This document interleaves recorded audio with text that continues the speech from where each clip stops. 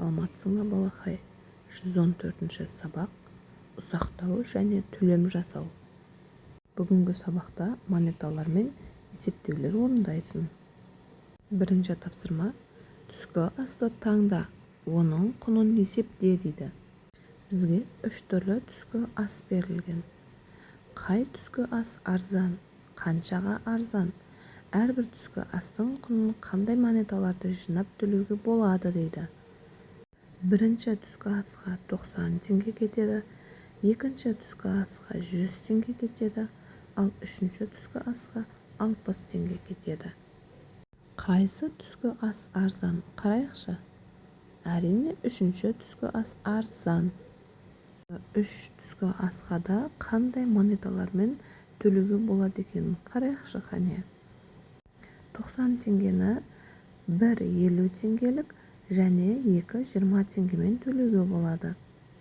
Ал 100 теңгені 2 50 теңгелік монетамен төлеуге болады. Келесі 60 теңгені 3 20 теңгелік монетамен төлеуге болады. Қарапайым күнделікті өмірде кездесетін есептер. Екінші тапсырма. Азық-түліктің бағаларын ең арзанынан ең қымбатына қарай жаз дейді. Қане суретке қарайық. Ең арзаны 10 теңге, одан кейін 30 теңге, 40 теңге, 60 теңге, 80 теңге. Біз ең арзаннан қымбатына қарай айттық, өсу ретімен. Енді кему ретімен айтайықшы. 80, 60, 40, 30, 10. Үшінші тапсырма есепте дейді. Қанекей есептеп көрейік. 10 мен 8-дің қосындысы 18, 12 мен 6-ның қосындысы 18, 16-дан 6-ны азайтсақ 10, 18-ден 5-ті азайтсақ 13, 14-тен 10-ды азайтсақ 4, 15-тен 3-ті азайтсақ 12, 17-ге 2-ні қоссақ 19, 14-ге 3-ті қоссақ 17, 20-дан 8-ді азайтсақ 12, 12-ге 8-ді қоссақ 20, 13-ге 7-ні қоссақ 20, 20-дан 9-ды азайтсақ 11 қалады. Төртінші тапсырма. Суретті пайдаланып, қысқаша жазылуы бойынша есеп құрастыр. Кері есептер құрастырып көр дейді.